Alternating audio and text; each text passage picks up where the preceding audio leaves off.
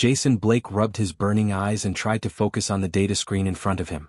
The numbers blurred together after another 16-hour shift. 3 months on Dracoria had felt like 3 years. He was supposed to be studying the planet's intelligent dragon-like inhabitants, but mostly he just watched them from far away through cameras and drones. The Dracorians didn't want contact with humans anymore, not after the territory disputes over mining rights had soured relations 6 months back. He reached for his cold coffee when the alarm shattered the quiet of the research station. Not the soft beep of a system check or wildlife alert. This was the loud, urgent wail that meant something big had breached the perimeter. Jason's heart jumped as he pulled up the security feeds, expecting to see a malfunction or maybe one of Dracoria's massive storm beasts wandering too close. What he saw instead made him freeze. Through the sheets of rain hammering the compound, something enormous moved through the darkness. The motion sensors tracked it as it crashed straight through the reinforced fence like it was made of paper. Lightning flashed and Jason got his first clear look. A Dracorian female, easily 20 feet tall, her usually shimmering scales dulled to an ashen gray. She was stumbling, barely staying upright, and she clutched something small against her chest. Jason leaned closer to the screen. She wasn't attacking. She was crying. The sound came through the external microphones, a keening wail that made his stomach twist. He didn't need to speak her language to understand that sound.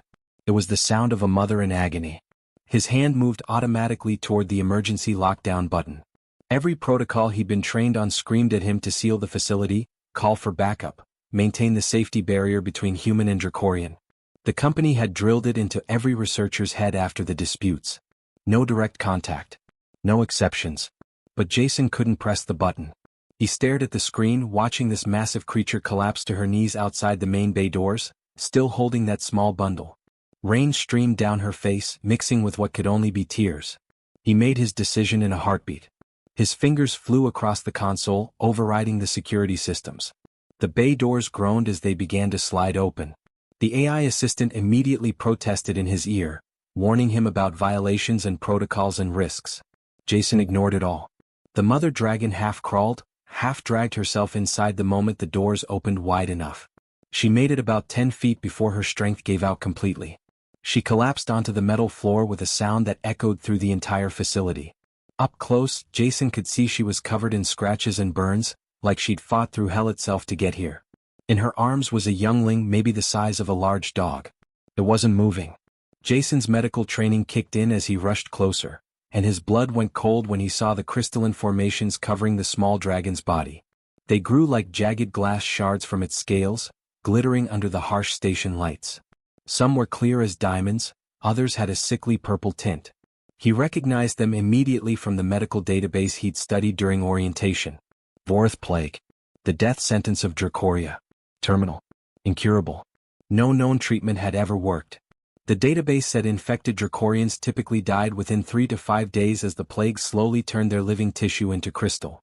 It was agonizing and unstoppable. The mother dragon lifted her massive head, golden eyes finding Jason's. She made a sound, softer this time, almost like a question. Then she gently pushed her dying child toward him with one trembling claw. The gesture was so careful, so tender, that Jason felt his throat tighten. She'd heard the stories. Jason knew that now. Even after the disputes, even after months of cold relations between their species, the Dracorians still whispered about humans. About the species that refused to accept the impossible. About the crazy problem solvers from Earth who had cured diseases on half a dozen worlds, who looked at terminal and incurable as personal challenges rather than final verdicts. This mother had abandoned all pride, crossed hostile territory, and broken through a guarded human facility because she had nowhere else to turn. Her own people's healers had given up. She was placing her last shred of hope in a species she barely knew, betting everything that the stories about humans were true. Jason dropped to his knees beside them, his hands hovering over the youngling. This close he could see the child was still breathing but barely. Each breath was shallow and weak.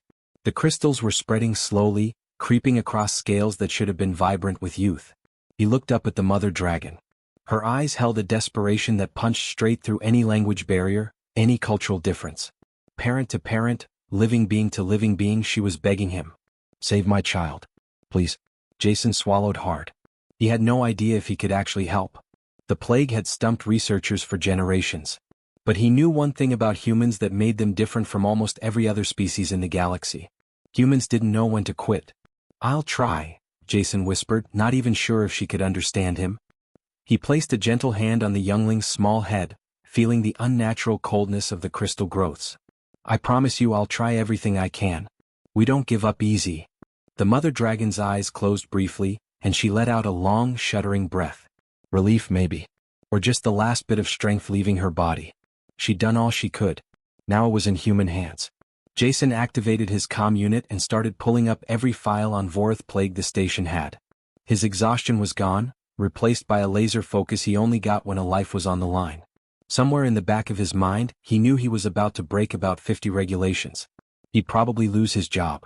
Maybe face criminal charges. But right now, looking at a dying child and a desperate mother who trusted humans with her last hope, none of that mattered at all. The facility's AI voice cut through the bay with its usual emotionless tone. "Dr. Blake, threat assessment complete. Vorth plague detected. Mortality rate, 100%. No known survivors in recorded history. Recommend immediate facility quarantine and evacuation procedures. Contact with infected subject poses significant risk to..." "Override everything," Jason snapped, his fingers already flying across his medical scanner. He didn't have time for the AI's doom and gloom routine. The device beeped as it started running diagnostics on the small dragon in front of him. The readings made his stomach drop. The youngling's breathing was all wrong, shallow and irregular, with long pauses between each breath that lasted too long. Its body temperature was dropping as the crystal formations spread. Jason had seen enough terminal cases during his medical training to know what he was looking at. This child had maybe 24 hours left. Probably less. He grabbed the portable translation device from his equipment belt and held it up. The mother dragon's head lifted slightly, her eyes tracking his movements. She made a sound, low and rumbling, that the device struggled to process. When the translation came through, it was choppy and uncertain, but Jason caught the meaning. Her name was something beautiful and complex, like wind chimes in a storm, but she saw his confusion and simply pointed a claw at herself. "Kira," she said, forcing the simpler human sounds through her throat. The effort it took was obvious. Jason nodded. "Kira. Okay. I'm Jason. I need to understand what happened. When did the symptoms start?" Through the halting translation, the story came out in painful pieces. This was her third child to catch Vorth plague. The first had died 2 years ago. The second just last season. She'd taken them both to the Dracorian healers, the best medical minds her people had. They tried everything in their knowledge. Nothing worked. Nothing even slowed it down. She'd watched both children turn slowly to crystal and die in agony. When this youngest child started showing the first signs 3 days ago, Kira hadn't gone to the healers. She'd done something desperate instead. 4 months, she'd been watching the human research station from the mountain ridgeline. She'd seen the humans working, heard the stories that traveled through Dracorian communities. Stories about the crazy species from Earth who didn't understand the word impossible. Who'd cured the Red Death on Proxima Station. Who'd stopped the flesh rot on Kepler 7 when every other species had given up. She'd bet everything on those stories being true. Her pride, her safety, her life. Because watching another child die was not something she could do again. Jason's comm device started buzzing like angry wasps. He glanced at the screen and saw message after message flooding in from headquarters. Director Linda Hayes was at the top of the list, her messages getting progressively more urgent and angry. "Evacuate immediately. You are violating quarantine protocols. Blake, respond now. That's an order. You're risking a contamination event. Leave the facility." Jason reached over and muted the entire comm system. The sudden silence was almost startling. Kira watched him do it, and something like understanding passed between them. He was choosing to stay. Choosing to help even when his own people told him to run. He turned back to the medical scans, and what he saw made everything worse. The crystalline pathogen wasn't just on the surface. It was spreading through the youngling's internal organs like frost creeping across a window. The structures were growing inside the lungs, the heart, the digestive system. Every conventional treatment in the medical database had been tried on Vorth plague victims before. Antiviral medications, antibacterial compounds, radiation therapy, gene therapy, immunotherapy. Everything. All failures. The database was clear about why. Vorth plague wasn't really a traditional disease. It was something bizarre, something that straddled the line between biology and geology. The pathogen converted living organic tissue into silicon-based crystal structures. It was more like watching flesh turn into rock than any infection Jason had studied. How do you kill something that's technically turning your body into minerals? Jason stared at the scans until his eyes hurt. His mind kept circling back to the same conclusion everyone else had reached. It was impossible to cure. Completely, totally impossible. But here's the thing about humans that made other species either admire them or think they were insane. Humans had a really bad habit of ignoring what everyone said was impossible. It was practically a species-wide personality flaw. Tell a human something can't be done, and they take it as a personal challenge. Jason's fingers started pulling up research files that had nothing to do with medicine. Crystal formation patterns. Geological surveys. Mineral disruption techniques. He found himself looking at old mining reports from Mars, back when humans were first terraforming the Red Planet. They'd had problems with unwanted crystal deposits forming in the wrong places, clogging equipment and growing through foundation structures. The solution had been sonic disruption. Specific frequencies that made the crystal lattices vibrate themselves apart without damaging the surrounding materials. It was crazy. It was absolutely insane to think that mining techniques could cure a plague that had killed for generations. But what else did he have? Sitting here doing nothing while a child died in front of him wasn't acceptable. It would never be acceptable, not to Jason, not to any human worth the name. He started pulling up more files, cross-referencing frequencies and crystal structures, looking for any possible connection between mineral disruption and biological applications. His coffee went cold and forgotten. The station's lights dimmed to night mode and he didn't notice. Kira watched him the entire time. Her massive form curled protectively around her dying child, her golden eyes never leaving Jason's face. She didn't understand what he was doing, couldn't read the human data screens or follow his frantic research. But she could see him fighting. She could see him refusing to give up. And for a mother who'd been told twice before that nothing could be done, that alone was worth everything. Hour 18 rolled around and Jason's eyes felt like someone had thrown sand in them. He'd been staring at screens for so long that he was seeing double. Empty coffee cups littered his workstation, and his back screamed from hunching over the console. But somewhere in the chaos of research files and cross-reference data, he'd found something. Something that might actually work. The Vorath plague had stumped everyone because they'd been approaching it wrong. Every Dracorian healer, every xenobiologist, every medical researcher had treated it like a disease. They'd thrown antiviral drugs at it, tried antibiotics, used radiation treatments, attempted gene therapy. All biological solutions for what they assumed was a biological problem. But Jason saw it differently now. The plague wasn't just biological anymore. Once it infected a host, it transformed the tissue into something else entirely. It was geological. The pathogen operated on the same principles as runaway mineral crystallization, like when caves form stalactites or when salt crystals grow in evaporating water. The living cells weren't dying from infection. They were being converted, transformed into silicon-based crystal structures atom by atom. Medical treatments failed because you can't cure rock. You can't inject medicine into a mineral and expect it to get better. Jason's hands trembled as he pulled up the medical nanobot programming interface. These tiny machines were standard equipment in human medical facilities, designed to deliver targeted treatments at the cellular level. But he wasn't going to use them for anything they were designed to do. His mind kept going back to his first year on Mars, before he'd transferred to xenobiology. He'd worked with the terraforming crews, and they'd faced a constant problem with crystal deposits. The Martian soil would form unwanted crystalline structures that grew through foundation supports and clogged filtration systems. Chemical treatments didn't work. Physical removal was too slow. The solution had been elegant in its simplicity. Sonic disruption. They discovered that specific sound frequencies could make the crystal lattices vibrate at just the right rate to shake themselves apart. The crystals would fracture and crumble into harmless dust, while the surrounding metal and concrete stayed perfectly intact because they vibrated at different frequencies. What if the same principle could work here?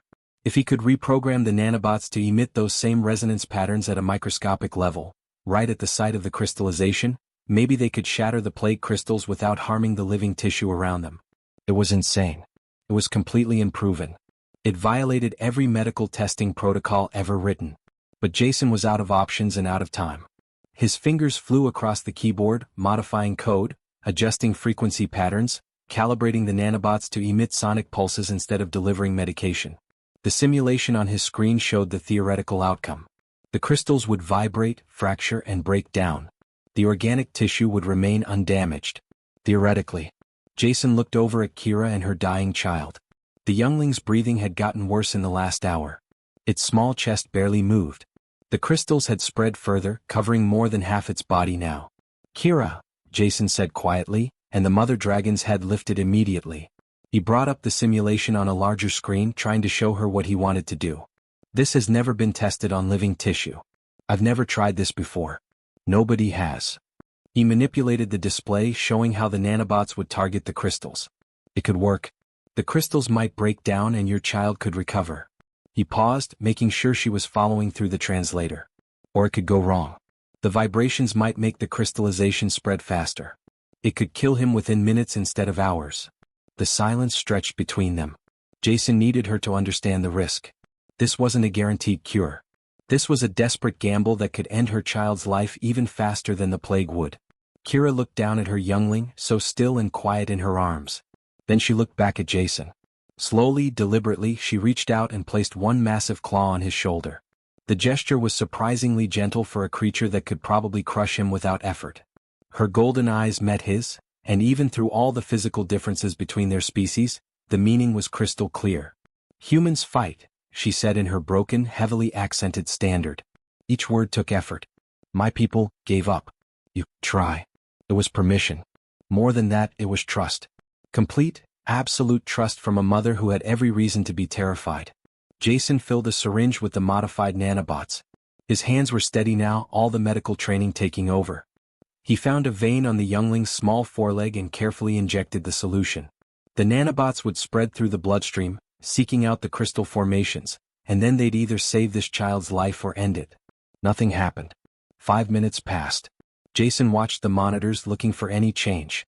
The crystal growth continued spreading. His heart sank. 10 minutes. Still nothing.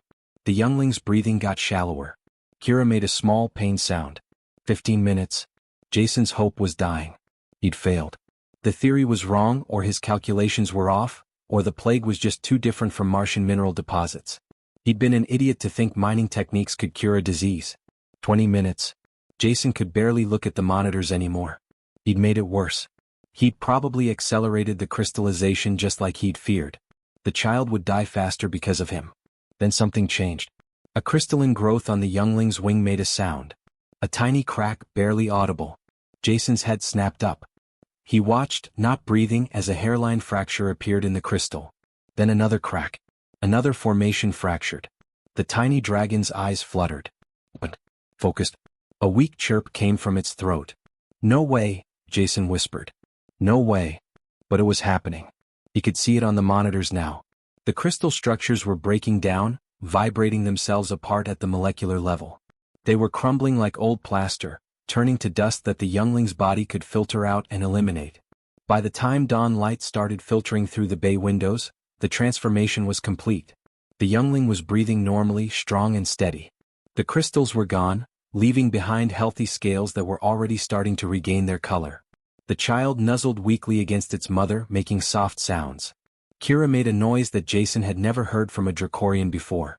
It was a sob, raw and broken and filled with relief so powerful it was almost painful to hear. She curled around her child, touching it gently with her snout, as if she couldn't quite believe it was real. Jason slumped against the wall and slid down to the floor. His whole body shook. He'd just done something impossible. He'd cured a plague that had killed for generations using mining equipment protocols and desperation. The impossible had just become possible. Because one human refused to accept that it couldn't be done. The cure spread faster than Jason could have imagined, like wildfire across dry grassland. Kira stayed for 2 more days, making sure her youngling was completely stable. Jason monitored them both, running scan after scan, still half convinced he'd wake up and find it had all been a dream. But the child stayed healthy, growing stronger by the hour. The crystals were gone, crumbled to nothing, leaving only healthy scales that gleamed with returning color. When Kira finally left, carrying her child and the detailed treatment instructions Jason had prepared, she touched her forehead to his one last time. It was a Dracorian gesture of deep respect, one usually reserved for clan elders and war heroes. Then she spread her massive wings and disappeared into the sky. Jason thought that would be the end of it. One miracle, one saved life, one mother's grief turned to joy. He'd take the punishment from headquarters, probably lose his job, but at least he'd done something that mattered. He had no idea what he'd actually started.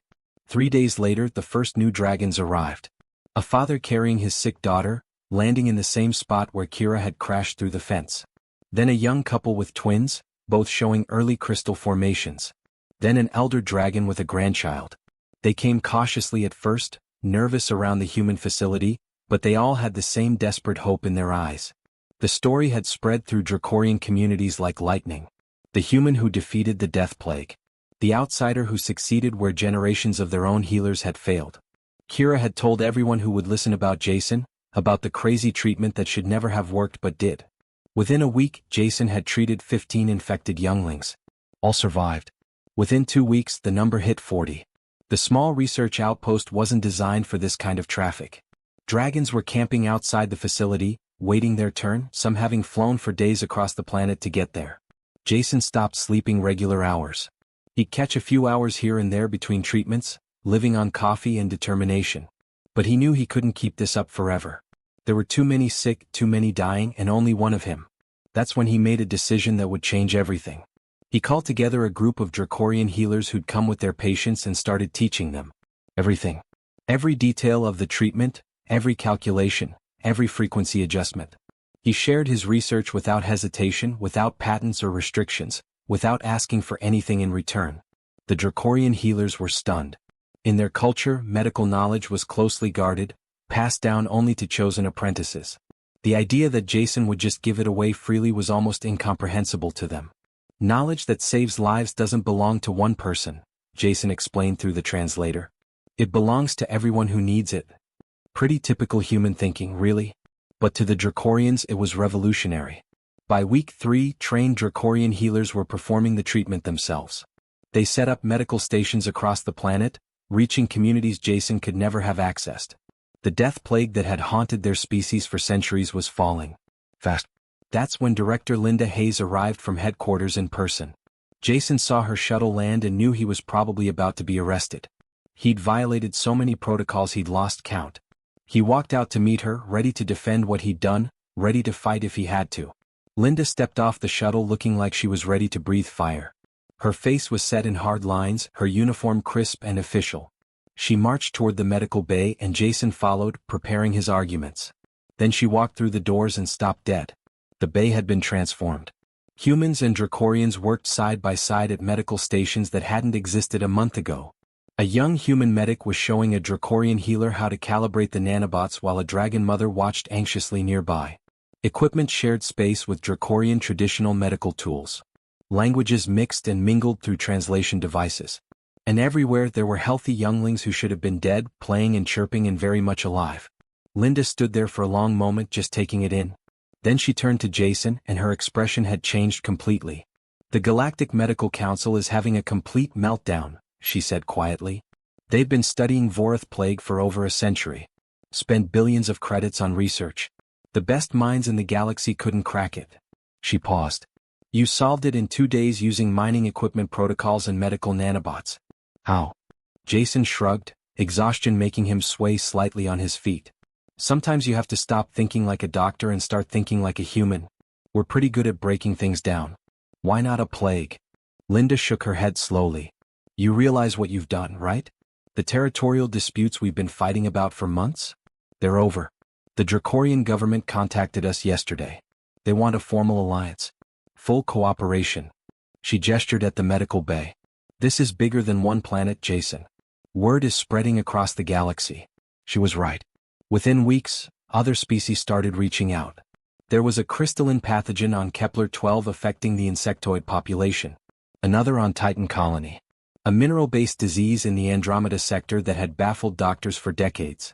They all wanted human medical advisors, all wanted to know if the crazy species from Earth could solve their impossible problems too. Kira became an unofficial ambassador, traveling between worlds with her healthy child, telling everyone about the humans who refused to accept impossible. She spoke at medical conferences, visited alien governments, and everywhere she went, the message was the same. Humans don't give up. Humans don't accept that something can't be done. Humans fight. Earth's reputation shifted across the galaxy. Not conquerors seeking territory. Not merchants chasing profit. Healers. Problem solvers. The species that looked death in the face and said, "Not today."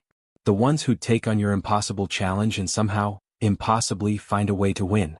And it all started because one tired xenobiologist refused to turn away a desperate mother and her dying child. 6 months had passed since that desperate rainy night, and Jason barely recognized his life anymore. The small research outpost where he'd worked alone for months had transformed into something he could never have imagined. The Joint Human-Dracorian Medical Research Facility now sprawled across 5 buildings, with proper medical wings, laboratories filled with cutting-edge equipment, and landing pads that saw dozens of dragons arrive and depart every day. Jason walked through the main building, nodding to colleagues both human and Dracorian. The facility employed over 60 staff now, split evenly between species. They worked together so seamlessly that it was hard to remember there'd been territorial disputes just a year ago. Funny how saving lives together tends to make old arguments seem pretty pointless. He was heading to his office when something massive and energetic nearly bowled him over. Ember, Kira's youngling, had grown at an incredible rate. The small, dying creature Jason had first met now stood almost half the size of an adult Dracorian. His scales gleamed with iridescent health, shifting between deep purple and bright gold depending on the light. Jason, look. Ember's standard had become almost perfect, with just a slight accent that made certain sounds come out musical. I helped calibrate the nanobots for the new patient from Titan Colony. Dr. Beverly said I did it perfectly. Jason grinned. That's great, Ember. You're getting really good at this. The young dragon had become completely fascinated with human medicine. He spent hours every day in the labs, watching procedures, asking endless questions, learning everything he could. Jason suspected Dracoria's first human-trained medical practitioner was standing right in front of him. Your mother's looking for you, Jason added. Something about a private meeting? Ember nodded enthusiastically and bounded off, still not quite used to his growing size and nearly knocking over a supply cart in the process. Jason smiled and shook his head. Hard to believe that energetic youngster had been hours from death half a year ago. He reached his office and found Kira waiting there. She'd grown more comfortable around humans over the months, even learning to navigate human-sized doors by carefully tucking her wings. Today, though, she seemed different. Nervous, maybe. She held something wrapped in cloth that shimmered like liquid silver. Kira, Jason greeted her warmly. Ember said you wanted to talk? Her standard had improved dramatically with practice. Yes. Today marks 6 months since you saved my son's life. In my culture, this is a significant anniversary. A life debt lasting half a year becomes permanent. Jason wasn't sure where this was going. You don't owe me anything, Kira. I did what anyone would do. No, she said firmly. You did what my own people would not do. You risked everything when you had no obligation to help. She carefully unwrapped the silver cloth, revealing a single scale. It was massive, easily the size of Jason's hand, and it shimmered with colors he didn't have names for. In my culture, this is given only once in a lifetime. To one person. One friend. Jason's breath caught. He knew enough about Dracorian culture now to understand what he was looking at. This was a chest scale, taken from the area directly over her heart. Giving it to someone was the highest honor possible, a bond that could never be broken. Dragons lived for centuries and most never gave this gift to anyone. Kira, I can't, this is too much. It is not enough, she said softly, pressing it into his hands. The scale was warm, almost alive with residual body heat. Humans are unique, Jason. In all my years, in all the species I have encountered, I have never met any people quite like yours. You possess something rare in the galaxy. Stubborn hope. She moved to the window, looking out at the facility where humans and Dracorians work together. You see death as an enemy to defeat, not fate to accept. You look at the word impossible and take it as a personal insult. When I came to you, broken and desperate, my own people had already given up. But you. Her voice grew thick with emotion. You answered a mother's prayer when everyone else turned away. Jason held the scale carefully, feeling its weight both physical and symbolic. We just don't like being told something can't be done. It's kind of a human thing. I know. Kira's eyes gleamed with something that looked like amusement mixed with profound respect. The galaxy is learning this about your kind. 15 different species are now using your cure. 4 diseases that were called incurable have fallen in 6 months.